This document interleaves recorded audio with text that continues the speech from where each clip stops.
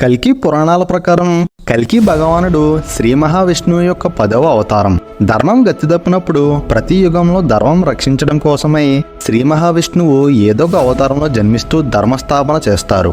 అలా సత్యయుగంలో మత్స్య మరియు కుర్మ అవతారంలో, త్రేతాయుగంలో రామ మరియు పరశురామ అవతారంలో జన్మిస్తే, ద్వాపర యుగంలో శ్రీకృష్ణుడి భగవానుడిగా, చివరిదైన కలియుగంలో కల్కి భగవానుడిగా జన్మిస్తాడని మన పురాణాల గ్రంథాల ప్రకారం తెలిసాయి. వీటన్నిటి యుగాల కన్నా కలియుగ ప్రస్తావన వస్తే మాత్రం మనలో చాలా మందికి ఎంతగానో దీని గురించి తెలుసుకోవాలి అనే కుతూహలం ఉంటుంది. ఎందుకంటే ప్రస్తుతం మనం జీవిస్తున్న కాలం వలన ఈ కలియుగంలోని మనుషుల వాళ్ళ జీవన విధానం ఎలా ఉంటుందో అని తెలుసుకోవాలి అనే కుతూహలం వలన ఎంతగానో ఆసక్తి చూపిస్తారు. అంత ఆసక్తి ఎందుకంటే పురాణాలలో కలియుగం గురించి ప్రస్తావన ముందే ఉంది.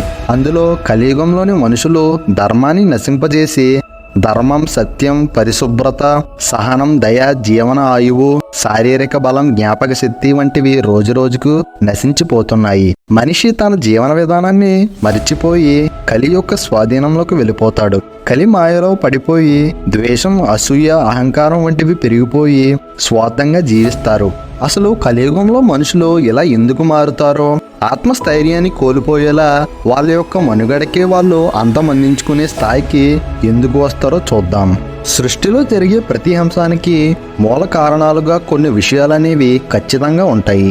మొదలవ్వడం, వృత్తిలోకి రావడం, స్థిరపడడం, క్షీణించడం. మనుగడలో ఉన్న ప్రతి ప్రాణికి, అది పక్షి అయినా, పురుగైనా, చెట్టు అయినా, ఆఖరికి మనిషి తనకు వచ్చే వయసు అనేవి కాలానుసరంగా అంతమవే దశకు వెళ్తాయి.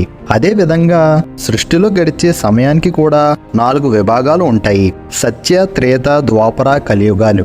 ఈ యుగాలు గడిచే కొద్దీ అధర్మపరులు ఎక్కువై ధర్మంతో పాటు దానిని ఆచరించే వాళ్ళు కూడా తరిగిపోతారు. ఆఖరిగా కలియుగం వచ్చేసరికి ధర్మపాలన క్షీణించే దశకు చేరుకుంటుంది. ఇక్కడ ఒక విషయం గురించి తెలుసుకోవాలి. ధర్మం అనేది శాశ్వతంగా ఉంటుంది, కానీ దానిని పాటించే వాళ్ళు తగ్గిపోయినప్పుడే ధర్మం నశించడం అంటారు. ఈ ధర్మం నశిస్తే పూర్తి కుటుంబమే నశిస్తుంది. అదేవిధంగా ఒక కుటుంబంలోని తల్లిదండ్రులే ధర్మాన్ని పాటించకుండా ఉంటే తరువాతి తరం నశిస్తుంది. ఇలాగే సమాజం మొత్తం అల్లకల్లోలం అవుతుంది. సొంత కుటుంబ సభ్యులే ఒకరిని ఒకరు చంపుకునే స్థాయికి వచ్చేస్తారు. కనుక ధర్మపాలన ఎంత ముఖ్యమో తెలుసుకోవాలి. అందుకే ప్రతి యుగంలో ధర్మం గతి తప్పినప్పుడు ఆ శ్రీ మహావిష్ణువు ఏదో ఒక రూపంలో ధర్మస్థాపన చేసి మనిషి తన మనుగడను కొనసాగించేలా చేస్తారు. కల్కి అవతారం గురించి తెలుసుకునే ముందు విష్ణువు ఎత్తిన దశ అవతారాల గురించి తెలుసుకుంటే మనకి కల్కి అవతారం గురించి ఇంకా బాగా తెలుస్తుంది. కనుక మనం సృష్టికి సంబంధించిన ఈ 4 యుగాల గురించి, అలానే ప్రతి యుగంలో విష్ణువు ఎత్తిన అవతారాల గురించి తెలుసుకుందాం. మొదటిగా విష్ణువుకి సంబంధించిన కొన్ని విషయాలు చూస్తే, విష్ణువు నివసిస్తున్న వైకుంఠం దగ్గర ద్వారపాలకులుగా జయ మరియు విజయులు ఉండేవారు. బ్రహ్మాండ పురాణ ప్రకారం వరుణదేవునికి అతని భార్య అయిన సీతకు పుట్టిన 2 కుమారులే ఈ జయ విజయులు. వీళ్ళు 4 చేతులు కలిగి ఉంటారని చెప్తారు. శ్రీ మహావిష్ణువు ధరించిన శంఖం, చక్రం, గద ఆయుధాలు వీళ్ళు కూడా ధరించి ఉంటారు. ఇక 4వ చేతిలో విష్ణువు పద్మాన్ని పట్టుకుంటే వీళ్ళు కత్తిని పట్టుకుని ఉంటారు. వీళ్ళిద్దరూ విష్ణువు చెంత ఉండి ద్వారపాలకులుగా ఉంటూ ఆయనను సేవిస్తూ ఉండేవారు. అయితే ఒకసారి బ్రహ్మ కుమారులు అయినటువంటి శనక, సనందన, సనాతన మరియు సనత్ కుమారులు మహావిష్ణువుని దర్శనం చేసుకునేందుకు వైకుంఠం చేరుకుంటారు. తమ తపోశక్తికి వాళ్ళు ఎన్నో సంవత్సరాల వయసు ఉన్న చిన్నపిల్లలుగా కనిపిస్తారు. అక్కడ లోపలికి వెళ్ళేటప్పుడు ద్వారపాలకులుగా ఉన్న జయ విజయులు వీరిని అడ్డగిస్తారు. మహావిష్ణువు సేద తీరుతున్నారని, ఈ సమయంలో దర్శనంకి పంపడానికి కుదరదని వాళ్ళని ఆపేస్తారు. దీనికి కోపగించిన 4 ఋషులు జయ విజయులను భూలోకంలో రాక్షసులుగా జన్మించి అక్కడ కామం, క్రోధం, దురాశ వంటివి అధిగమించి శుద్ధి అవ్వమని శపిస్తారు. భయంకరమైన శాపానికి జయ విజయులు భయభ్రాంతులకు గురవుతారు. ఇంతలో అక్కడికి ప్రత్యక్షమైన శ్రీ మహావిష్ణువుని శాప విమోచనాన్ని చేయమని ప్రార్థిస్తారు. అయితే మహారుషులు ఇచ్చిన శాపం నుంచి విముక్తి ఇవ్వడం అసాధ్యమని శ్రీ మహావిష్ణువు చెప్తారు. కొంత ఉపశమనం ఉండేలా 2 మార్గాలు చూపిస్తారు. అందులో మొదటిది విష్ణువు భక్తులుగా 7 జన్మలని తీసుకోవడం, రెండవది శ్రీ మహావిష్ణువుకి భక్త శత్రువులుగా 3 జన్మలని తీసుకోవటం. వీటిలో దేనినైనా ఒకటి తీసుకుని దాన్ని అనుభవించిన తరువాత తిరిగి మళ్ళీ శ్రీ మహావిష్ణువు వద్దకు వచ్చి వైకుంఠం చేరుకుని తమ స్థానంలో శాశ్వతంగా ఉండొచ్చని చెప్తారు. అయితే విష్ణువుకి దూరంగా 7 జన్మలు ఉండడం కంటే శత్రువులుగా 3 జన్మలు త్వరగా పూర్తి చేసి ఆయన సన్నిధికి చేరుకోవాలి అనుకుంటారు. విష్ణువుకి శత్రువులుగా ఉండి 3 జన్మలు ఇవ్వమని కోరుకుంటారు. వారి కోరిక ప్రకారం వీళ్ళిద్దరూ శ్రీ మహావిష్ణువుకు 3 జన్మల పాటు బద్ధ శత్రువులుగా జన్మించిన వీరిని సంహరించడానికి శ్రీ మహావిష్ణువు కూడా 3 జన్మల్లో జన్మిస్తారు. అయితే ఇప్పుడు సత్యయుగంలో జరిగిన సన్నివేశాలు చూసుకుంటే జయ విజయుల్లో విజయ హిరణ్యాక్షకుడిగా, జయ హిరణ్యకశికుడిగా జన్మిస్తారు. అయితే వీళ్ళిద్దరూ ముల్లోకాన్ని భూలోకాన్ని వాళ్ళ ఆధీనంలో ఉంచుకోవాలని క్రూరమైన బుద్ధితో ప్రవర్తిస్తూ ఉండేవారు. ఇక్కడ హిరణ్యాక్షకుడికి బ్రహ్మ నుండి ఒక వరం ఉంటుంది. ఈ వరం కారణంగా అతన్ని ఎవరూ అంతమందించలేరని, భూలోకాన్ని స్వాధీనం చేసుకోవాలి అనే ఉద్దేశంతో భూమిని హిరణ్య గర్భం అనే సముద్రంలోకి తీసుకుని వెళ్తారు. దీనిని చూసిన దేవతలు భూలోకాన్ని రక్షించాలి అని విష్ణువు దగ్గరికి వెళ్ళి వేడుకుంటారు. అప్పుడు విష్ణువు ఎన్నడూ లేనటువంటి రూపంలో తల పంది వలె, శరీరం మనిషి వలె ఉన్న వారాహి అవతారంలో దేవతలకు దర్శనమిస్తారు. ఇక వెంటనే విష్ణువు ఆ సముద్రంలోకి దూకి భూమిని వెతికి బయటకు తీసుకుని వస్తున్నప్పుడు అక్కడే హిరణ్యాక్షకుడు కనిపిస్తాడు. వీళ్ళిద్దరి మధ్య భీకర యుద్ధం జరుగుతుంది. అది ఏది ఏమైనా ధర్మానిదే విజయమైనట్లుగా వారాహి అవతారంలో ఉన్న శ్రీ మహావిష్ణువు హిరణ్యాక్షకుడిని ఓడించి భూమిని కాపాడి యథాస్థానంలోకి పెడతాడు. ఇక తన అన్నకు జరిగిన దాన్ని చూసి తమ్ముడు ఊరుకుంటాడా? శ్రీ మహావిష్ణువుని ఎలాగైనా చంపాలి అని చెప్పి హిరణ్యకశికుడు బ్రహ్మదేవుడి కోసం తపస్సు చేసి ప్రపంచంలోని ఏ ప్రాణి అయినా అది ఏ చోట ఉన్నా నన్ను చంపకుండా ఉండే వరం ఇమ్మని అడుగుతాడు. దానికి బ్రహ్మ సరే అని ఇస్తాడు. ఇక్కడ హిరణ్యకశికుడు కొడుకు శ్రీ మహావిష్ణువుకి పరమ భక్తుడు. ఇది చూసిన హిరణ్యకశికుడు దానికి చాలా కోపగిష్టుడు అవుతాడు. వెంటనే విష్ణువుని పూజించడం ఆపేయాలని కోరుకుంటాడు. వినని కొడుకుని కూడా చంపడానికి వెనకాడాడు. కొడుకుతో సవాలు చేస్తూ ఏడి నీ విష్ణువు నిన్ను కాపాడడానికి వస్తాడా అంటూ పక్కనే ఉన్న స్తంభాల్ని కొడుతూ ఎక్కడున్నాడంటూ కోపంగా అరుస్తాడు. అప్పుడు వెంటనే పక్కనే ఉన్న స్తంభం నుంచి ఇది వరకు ఎన్నడూ లేని విధంగా నరసింహ అవతారంలో వచ్చి తన పెద్ద గోర్లతో హిరణ్యకశికుడిని సంహరిస్తాడు. వీటికంటే ముందు శ్రీ మహావిష్ణువుకి 2 అవతారాలు ఉన్నాయి. అందులో మొదటిది మత్స్య అవతారం, రెండవది కూర్మ అవతారం. ఇప్పుడు మత్స్య అవతారం గురించి చూసుకుంటే భూమిలోని ప్రజలు వాళ్ళ జీవన విధానాన్ని మర్చిపోయి వాళ్ళ ఇష్టానుసారం జీవిస్తున్నారు. దానికి బ్రహ్మదేవుడు భూమిని ప్రళయంలో ముంచేసి తిరిగి పునర్నిర్మించాలని కోరుకుంటాడు. భూమిని పునర్నిర్మించడానికి బ్రహ్మ దగ్గర ఉన్న 4 వేదాలను సోమకాసుడు అనే రాక్షసుడు దొంగలిస్తాడు. ఈ సోమకాసుడు అనే రాక్షసుని అంతమందించడం కోసం, అలానే భూమి మీద ఉన్న సత్యపరుల్ని కాపాడడం కోసం శ్రీ మహావిష్ణువు ఈ మత్స్య అవతారాన్ని ధరిస్తారు. ఇలా మత్స్య అవతారంలో ధర్మాన్ని స్థాపిస్తాడు. ఇలా కూర్మ అవతారం ఏమో దేవతలను రక్షించడం కోసం ఎత్తిన అవతారం. ఇది విష్ణువు యొక్క 2వ అవతారం. ఇలా సత్యయుగంలో 4 అవతారాలను పూర్తి చేసుకున్న విష్ణువు ప్రపంచంలో శాంతిని నిలిపి మనిషి జీవన విధానాన్ని తెలియజేస్తారు. ఇక త్రేతాయుగంలో శ్రీరాముడిగా, పరశురాముడిగా అవతారం ఎత్తి ధర్మస్థాపనకై జన్మిస్తారు. ఇలా జయ విజయులు వాళ్ళ 2వ జన్మను పూర్తి చేసుకునేందుకు రావణుడిగా, అలానే కుంభకర్ణుడిగా జన్మించి శ్రీరాముడి చేతిలో మరణిస్తారు. ద్వాపర యుగంలో శ్రీకృష్ణుడిగా జన్మించి శిశుపాలుని, సాలువుని సంహరిస్తారు. తన సొంత మేనమామైన కంసుని కూడా హతమారుస్తారు. ఇలా ధర్మస్థాపనకి అడ్డం వచ్చిన ప్రతి ఒక్కరిని చంపుకుంటూ ఆఖరిదైన మహాభారతంలో అర్జునుడికి ధర్మం గురించి, మనుషుల స్థితిగతులను వివరిస్తూ మహాభారతం జరగడానికి కారణమయ్యే మనుషులు అసలు ఎంత క్రూరంగా మారారో తెలిసేలా ఈ కురుక్షేత్ర యుద్ధం అనేది జరిగింది. ఇలా వీటన్ని యుగాలలో కలి మనుషులను ఎంతలా ప్రభావితం చేశాడంటే వాళ్ళ స్థితిగతులను మర్చిపోయి ఎవరిని ఎందుకు చంపుతున్నారో కూడా తెలియకుండా చంపుకునేవారు. దీనికి ముఖ్య నిదర్శనం మహాభారతంలోని కురుక్షేత్ర యుద్ధం. అసలు వీటిలోకి కలి ప్రస్థానం గురించి చూస్తే కలి మొదలనేది ముందు చెప్పుకున్న కూర్మావతారంలో మొదలవుతుంది. ఈ కూర్మావతారంలో దుర్వాస మహాముని దేవతలను వాళ్ళు చేసిన తప్పుకి గాను మీ శక్తులన్నీ కోల్పోతారని చెప్పి శపిస్తాడు. దానికి ఏం చెయ్యాలో తెలియక దేవతలు విష్ణువుని అడిగితే పాల సముద్రంలో వాసుకి అనే సర్పాన్ని తీసుకుని తాడులాగా మందార పర్వతాన్ని గవ్వంలాగా పాల సముద్రాన్ని చిలకమంటాడు. వాళ్ళకి సహాయంగా రాక్షసుల్ని కూడా తీసుకువెళ్ళమంటాడు. అలా చిలికినప్పుడు ఆ పర్వతం కిందకు వెళుతుంది. అలా కిందకు వెళ్లకుండా కూర్మ అవతారంలో విష్ణువు ఆ పర్వతాన్ని సముద్రపు అడుగు నుండి కాపాడతాడు. అలా చిలుకుతున్నప్పుడు సముద్రం అడుగు భాగం నుంచి కల్కటా అనే విషం బయటకు వస్తుంది.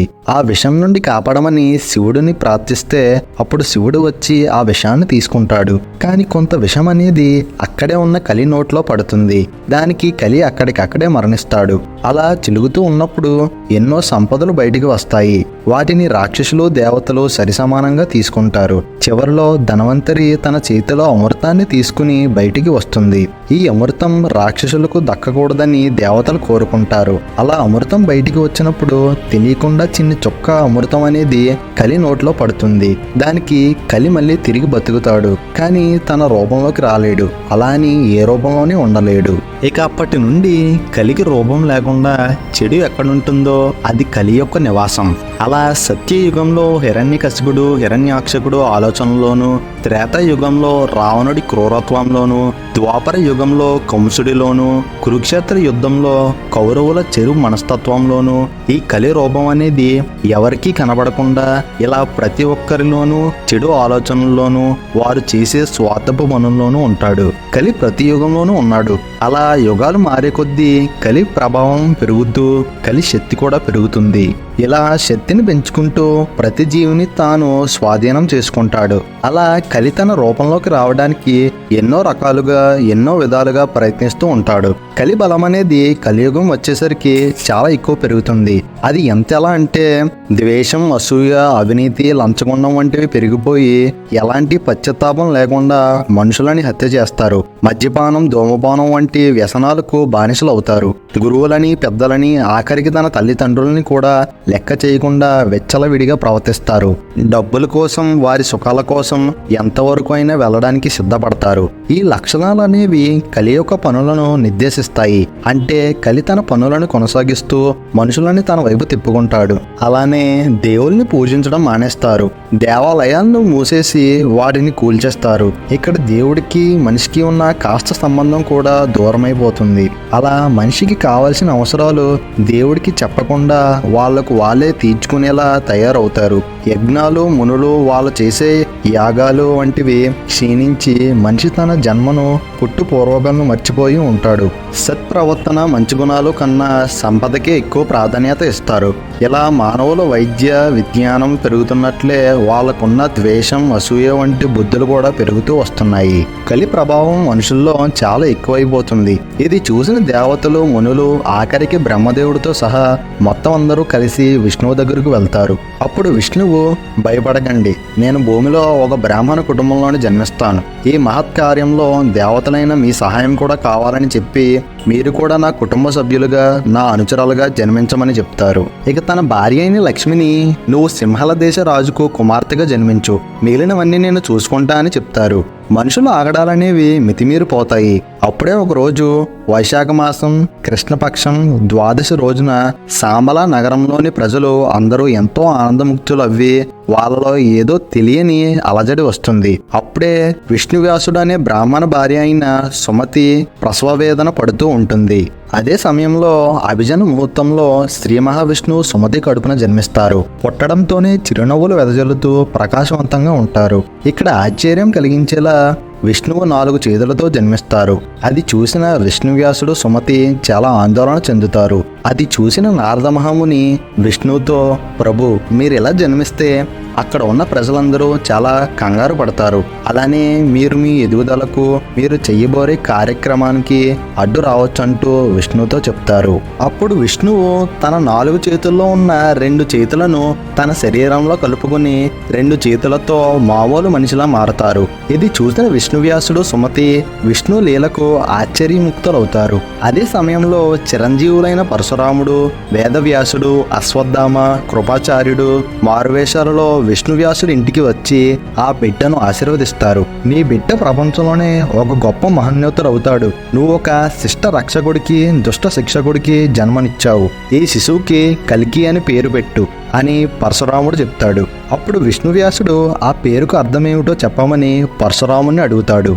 దానికి పరశురాముడు కలి అంటే అధర్మం, కల్కి అంటే అధర్మాన్ని నశింపజేసేవాడు అని చెప్పి అక్కడ నుండి వెళ్ళిపోయారు. కాలం గడుస్తుంది, కల్కి పెద్దవాడు అవుతున్నాడు. విష్ణువ్యాసుడు కల్కిని ఎంతో శ్రద్ధగా పెంచుతూ వేదాలను నేర్పిస్తూ ఒక సంస్కారమైన వ్యక్తిగా పెంచుతున్నాడు.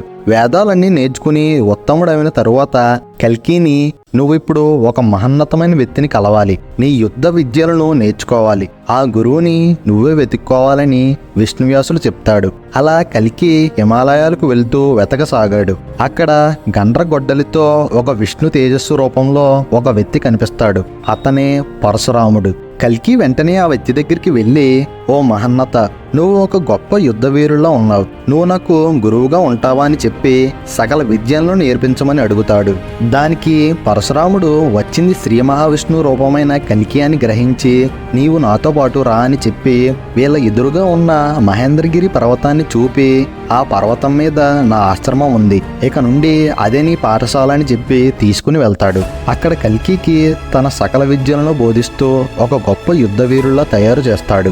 అయితే ఇప్పుడు పరశురాముడి దగ్గర నుండి ఎన్ని విద్యలు నేర్చుకున్నాడో, అలానే అశ్వత్థామని ఎలా కలిశాడో, మిగిలిన చిరంజీవులను కనుక్కోవడం వెనక కల్కి చేసిన ప్రయత్నాలు, శివుడి దగ్గర నుండి పొందిన వరాల గురించి పూర్తిగా మనం కల్కి పార్ట్ 2 వీడియోలో డిస్కస్ చేద్దాం. ఈ కల్కి పార్ట్ 2 వీడియో అనేది చాలా ఇంట్రెస్టింగ్గా ఉండబోతుంది కనుక ఈ వీడియోని మిస్ అవ్వకుండా ఉండడానికి మన ఛానల్ని సబ్స్క్రైబ్ చేసుకోండి. This is Shri signing of.